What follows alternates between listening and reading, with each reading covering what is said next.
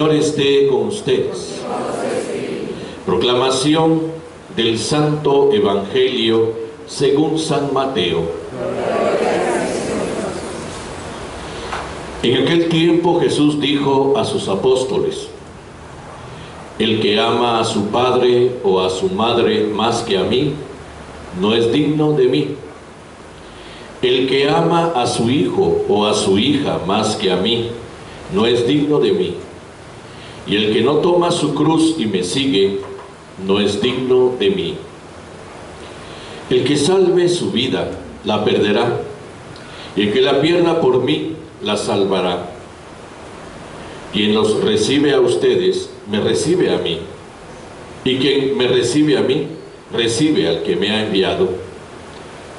El que recibe a un profeta por ser profeta, recibirá recompensa de profeta. El que recibe a un justo por ser justo, recibirá recompensa de justo. Quien diere, aunque no sea más que un vaso de agua fría, a uno de estos pequeños, por ser discípulo mío, yo les aseguro que no perderá su recompensa. Palabra del Señor. Gloria a ti, Señor Jesús. Siéntense un momentito, por favor. Veamos nuestro itinerario. Jesús, que ve el panorama de la tarea, ¿no? Ve el panorama de la gran tarea. Y Él, compasivo, misericordioso, se apresta inmediatamente a actuar. Pero es una tarea grande. Son muchos, demasiados los necesitados, demasiados los que anhelan justicia, libertad, que anhelan recuperar el signo de la vida, ¿no? Que anhelan que se les respete su dignidad de personas. Son muchos los atacados por los males personales y sociales. Son muchos los enfermos. Son muchos entonces aquellos que están sujetos al poder del pecado. Y Él siente compasión, dice el evangelista, pero invita a otros a que hagan también lo mismo que Él hace. Hay tanto que hacer y somos tan poquitos. Rueguen al dueño de la mies que envíe trabajadores a sus campos. Empieza el discurso misionero en el esquema del Evangelio según San Mateo. Pero quienes van a aceptar también tienen que estar conscientes de los riesgos, ¿eh? Por eso hace 8 días era: no teman, no tengan miedo. Claro que habrá dificultades, habrá oposición, habrá señalamientos, habrá gente que no querrá que se hable de justicia, de paz. Habrá gente que no estará interesada en que las cosas cambien. Y por lo tanto, bajo muchos puntos de vista, habrá persecución. Desde la más sutil, que empieza por el poner en ridículo, burlarse de ti, señalarte, alejarse de ti, hasta incluso alguien que sienta que matándote se va a quitar el problema de encima. No tengan miedo, dice Jesús, no teman. Nos advierte desde el principio que puede haber dificultades. Y sin embargo, hay que hacer la tarea. Y esa tarea ahora tiene un sentido, llamémosle así, desde una explicación que Jesús le da a aquellos que se deciden a seguirlo, aquellos que deciden también asumir la tarea con Jesús. Y entonces los pone delante de la alternativa: o las cosas o el bien. Por eso pone una radicalidad: quien ama a su padre o a su madre, quien ama a su hijo o a su hija más que a mí. ¿Qué pretendes Jesús con eso, El amor a papá y a mamá. Y que un papá y mamá no amen a sus hijos es casi imposible. Es más, es el amor más grande que muchas veces manifestamos. Pero Jesús es claro en esto. Nos está tratando de un rechazo al amor. Nos está tratando de un dejar a un lado papá, mamá, hijos, hijas, personas queridas. No, sino que descubramos una prioridad. La prioridad identificada en Él no es una prioridad en cuanto a la persona física de Jesús, sino a Jesús en cuanto a su misión, a Jesús en cuanto a lo que Él hace. Por lo tanto, no hay nada más importante que hacer el bien. Eso nos está diciendo. No hay nada más importante que hacer el bien. Porque incluso haciendo el bien, nosotros también redundamos en un beneficio extraordinario a papá, mamá, hijos, hijas, familiares, amigos, personas queridas, Y entonces hay que saber descubrir que no puede haber obstáculos para el bien para aquel que se decide hacer el bien, que no puede haber límites para aquel que se decide hacer el bien, y que por lo tanto entonces eso sería el descubrimiento de la verdadera tarea del que decide acompañar a Jesús y compartir la ilusión de un reino nuevo, de una sociedad nueva, la ilusión de un mundo nuevo, que nace precisamente desde la instauración del reino de Dios en el mundo, en la sociedad, en la historia. Y esa es tarea de los que nos llamamos cristianos. Por eso es una realidad de invitación. El que quiera seguirme, ¿no? El que quiera seguirme.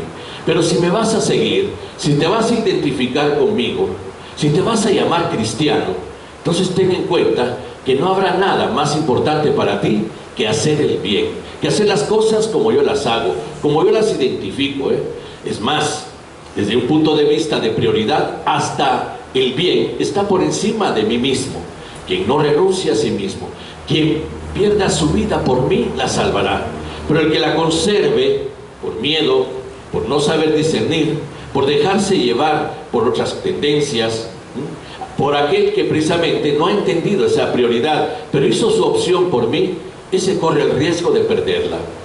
Jesús no es un arrogante, no es un abusivo, No quiere ponerse en primer lugar por ser el primero, no.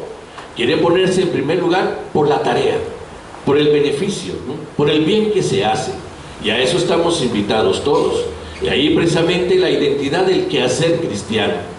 El anuncio misionero de Jesús está ligado íntimamente a esa capacidad que tenemos todos de hacer las cosas como Él las hizo. Por eso invita a que nosotros también podamos sentirnos involucrados en la tarea. Somos aquellos que también podemos responder ante las necesidades del campo del Señor. Un campo extensísimo, donde hay mucho que hacer. Y nosotros podemos contribuir a ese quehacer. Por eso entonces invitará a saber incluso asumir la cruz, un signo bastante, veámoslo así, arriesgado, Jesús pone una metáfora, la metáfora de la cruz. Los discípulos que conocen ese suplicio, porque tal vez lo habrán visto más de alguna vez en criminales condenados a muerte por el Imperio Romano, porque era precisamente una forma de ajusticiamiento propia del imperio, la crucifixión. Habrán visto lo que significa precisamente el sufrimiento de alguien que ha sido condenado a ser crucificado. Por lo tanto, la metáfora es fuerte, asumir la cruz. Pero cuidado, Jesús no vino a imponer cruces. Jesús no vino a imponer cruces nuevas en la vida del hombre.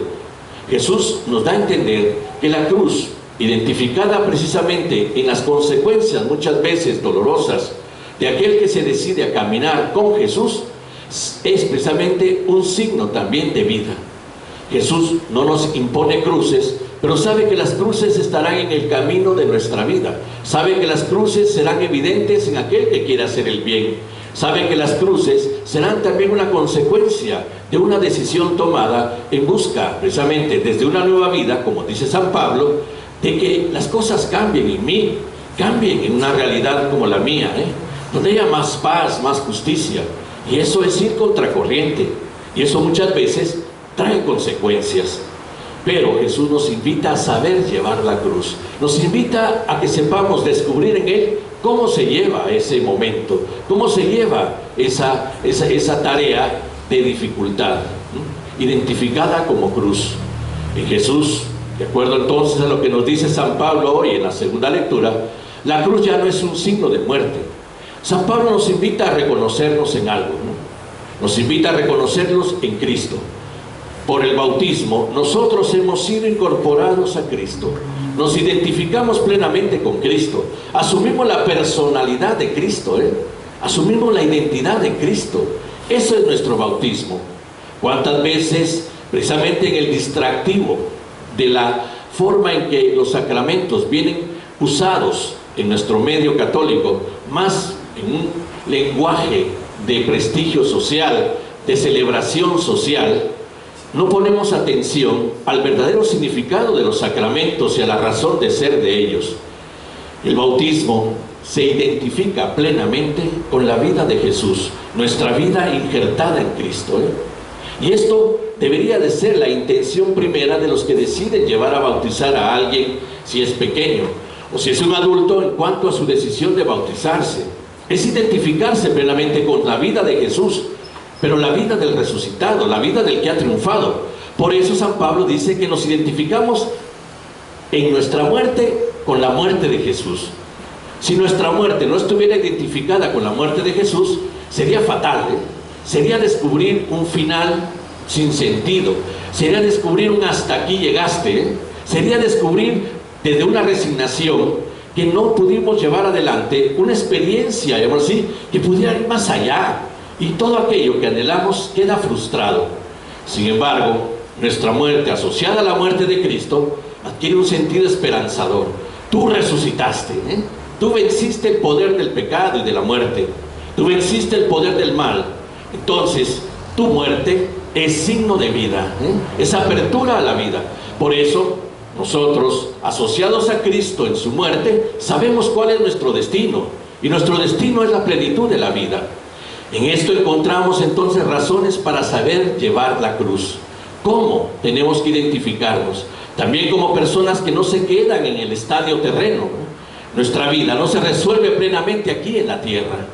Es un error llevar el cristianismo a una visión de solución utilitaria, materialista, de ganancias, en una solución temporal que al final de cuentas negaría lo trascendente.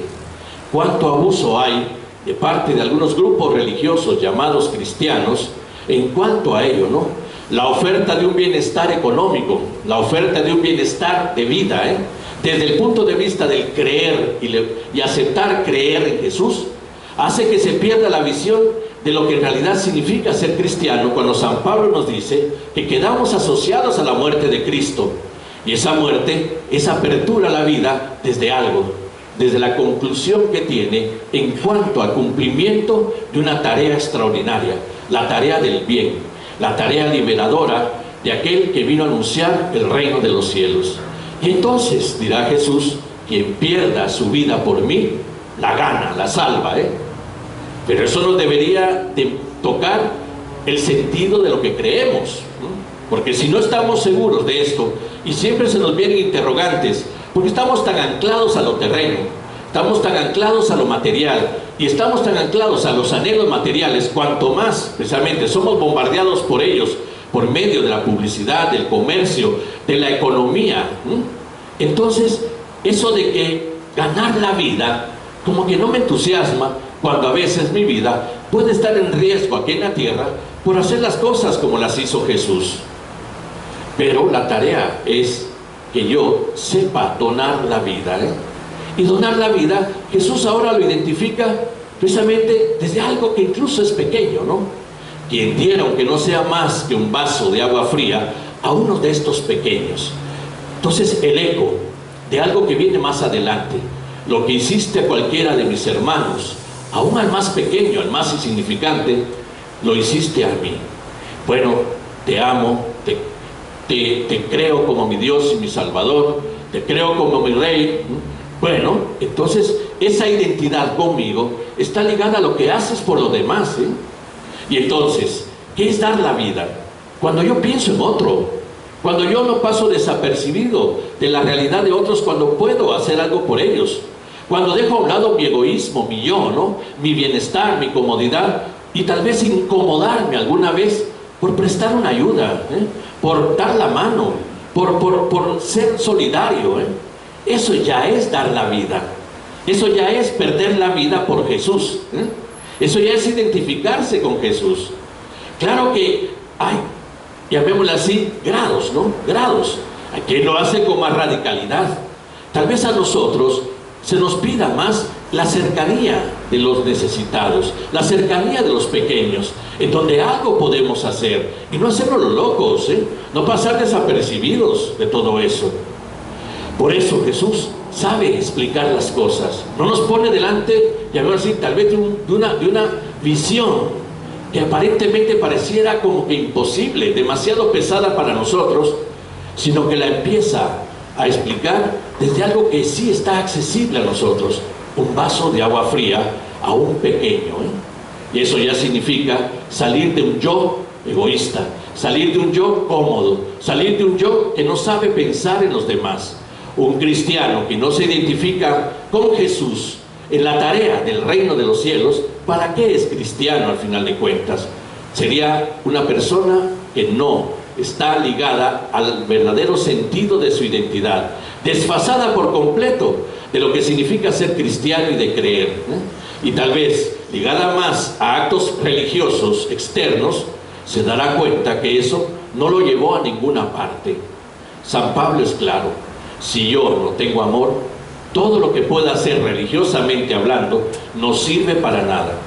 Puedo tener don de profecía, dice San Pablo, puedo tener don de lenguas, puedo tener don de milagros, ¿Cuánto nos atraen los milagrosos, Puedo tener don de esto, don de aquello, Pero si no tengo amor, ¿para qué sirve? Dice San Pablo. Y el amor es aquel que nos hace a nosotros salir de nosotros mismos. Nadie puede amar solo diciéndolo desde el pensamiento te quiero, pues. El amor se demuestra, y se demuestra con gestos, con actos, con actitudes. Y desde ahí es donde precisamente Jesús nos habla de ese saber dar la vida. Al final de cuentas nos asusta el término, pero también hay quienes han sabido darla porque han sabido posponerlo todo en el seguimiento del bien que se hace. Si ustedes ven la contraportada de la hojita de este domingo, aparece la figura del padre Hermógenes, Padre Hermógenes López Guarchita, asesinado en 1979. Y él, obviamente, es una persona emblemática delante de tantos que han sabido ir más allá de su propia vida en el bien de los demás, que no se han arrajado, que no se han acobardado, que no se han dejado llevar por el no se meta, no hable, tenga cuidado, aléjese de ahí. Hay otros que lo harán, que a veces nos justifican, nos justifica, bueno, tenés razón, va, no voy a ser tan bruto como, no voy a ser tan tonto como, Entonces lo justifica, y como que nuestra conciencia se queda tranquila porque al final yo tenía intención de hacerlo, pero es muy arriesgado, En nuestro tiempo es muy arriesgado, pero era un bien que pudo haber hecho bien, que pudo haber influido, que pudo haber cambiado algo. Perdiste tu oportunidad. ¿Dónde está la visión de la vida que tenemos como cristianos? Anclada en una solución temporal, nunca. Porque eso es lo que significa temporal, tiempo. Y el tiempo pasa, Pero en visión de lo que va más allá, de la plenitud de la vida de Cristo, entonces me animo, Entonces me animo. Y entonces, así como el padre Hermógenes, que un día ojalá lo veamos beatificado, canonizado para bien de nuestro país, así podríamos contar con infinidad de personas que incluso han llegado al riesgo de la vida física con tal de ser fieles y coherentes a su identidad cristiana en la tarea que Jesús nos ha invitado a hacer con Él, a acompañarlo, a realizarlo. Esa es precisamente la intención de ser cristiano. Por eso ya antes, San Mateo, en el primer segmento, aquel del Sermón de la Montaña, estos capítulos, puso de referencia algo fundamental: la dignidad de la persona. Esa dignidad identificada plenamente con Dios. Porque la imagen de Dios, sea quien sea, grande, pequeño, importante, menos importante, de acuerdo al criterio de la sociedad, de la alta, de la baja, las formas en que nosotros clasificamos al mundo, clasificamos a las personas, del primer mundo o del cuarto mundo, como nos dicen, y que ridículamente la misma iglesia sigue utilizando, primer mundo, segundo mundo, tercer mundo. Nosotros pertenecemos al tercero, pero ya hay un cuarto, Bueno, en realidad somos un mismo mundo, y la iglesia ya es hora que aprenda a dejar ese tipo de lenguaje discriminativo, Pero es la forma en que nos entendemos, Y entonces nos entendemos como personas de más o de menor categoría, de clase alta o de clase baja, de primer mundo o de tercer mundo, Pero somos personas La dignidad es la misma. Y esa dignidad, San Mateo la puso en los primeros capítulos 5, 6 y 7 que escuchamos, cuando desde el Sermón de la Montaña Jesús invitaba precisamente a saber llevar la existencia hacia su verdadera felicidad, pero desde el reconocimiento de una dignidad que Dios ha querido fuera nuestra, ser imagen y semejanza suya, ser hijos suyos, y eso le pertenece a todos, sea quien sea. Y hoy Jesús quiere que lo reconozcamos en el bien que podemos hacer, en la forma en que anunciamos el reino de los cielos, porque es reino de alivio, es reino de justicia, de paz, de consuelo, de esperanza, es reino de vida, un reino de vida que puede ser anunciado desde un vaso de agua fría a alguien que lo necesita, porque ya le alivio una realidad, ya le alivio una necesidad. Entonces, cuando San Pablo nos dice que nuestra vida está identificada plenamente con la de Cristo, ¿hacia dónde vamos? ¿Cuál es la esperanza cristiana entonces? La de poder participar con Cristo de su plenitud. Pero mientras tanto, también participamos con Cristo en su tarea. ¿Qué me toca hacer? ¿Qué veo a mi alrededor? ¿Qué tengo cerca que podría ser para mí motivo de un servicio, motivo de un reconocer la presencia de Jesús en alguien que en este momento me tiende la mano, motivo también de sentirme comprometido en la tarea del reino de los cielos? Y entonces sabré darle sentido a mis rezos, sabré darle sentido a mis devociones, sabré darle sentido al celebrar la misa todos los domingos. Como decíamos en la fiesta del Corpus Christi, la Eucaristía es centro de amor, es esencia de amor. Solo puede ser celebrada en la intención de amar y de sentirse amados. Por lo tanto, por eso se celebra en comunión, no en la individualidad de alguien que viene a misa para cumplir con el precepto, porque entonces no ha entendido el valor de esta celebración, donde celebramos la presencia de Cristo vivo, razón de nuestra vida, razón de nuestra esperanza, razón de nuestro creer, que nos invita a amar al salir de aquí, ver a nuestro alrededor quién es precisamente aquel que necesita el vaso de agua fría, quién es aquel en quien yo puedo anunciar el alivio, el consuelo, la esperanza del reino de los cielos desde mi participación en la misión con Jesús. Y esto teniendo en cuenta que sí, a veces me incomoda, me pondrá en incomodidad, me hará salir de mi estadio de confort, de mi área confortable, me hará pensar que entonces no bastarán rezos, no bastarán actos religiosos, sino también saber hacer eso vida en la experiencia de la invitación que nos hace Jesús el día de hoy, y reconocer en ello también nuestro destino, participar con Jesús, ser felices, libres como Jesús, haber contribuido a una sociedad distinta, a una historia distinta. Eso es lo que nos hace verdaderos cristianos, desde una fe que cree en el poder del resucitado, que ha sabido desde su vida llevar adelante un proyecto divino que lo ha llevado precisamente a manifestar cuál es esa conclusión: el triunfo del bien sobre el mal, el triunfo de la vida sobre la muerte. Somos más poderosos que el mal, y eso lo tenemos que tener claro, Por eso participamos de la vida de Cristo como bautizados. Esa es la razón entonces por la cual nunca vamos a dejar de percibir la recompensa, dice Jesús, de nuestro saber donarnos, de nuestro saber darnos, El que diera, aunque sea no más que un vaso de agua fría a uno de estos pequeños, les aseguro, no perderá su recompensa. ¿Qué recompensa? Dejemos que Él nos sorprenda, No seamos interesados en presentar las cosas legalistas. Bueno, voy a dar este vasito de agua fría, pero acordate que la otra semana, Eso ya es interés. Eso ya no es precisamente la intención de esa recompensa de la que habla Jesús. La recompensa dejémosla que Él la dé, que nos sorprenda, delante de los bienes que también nosotros necesitamos, y que ciertamente por medio de nuestra fe y nuestra confianza Él sabrá darnos. Vamos ahora a confirmar nuestra fe.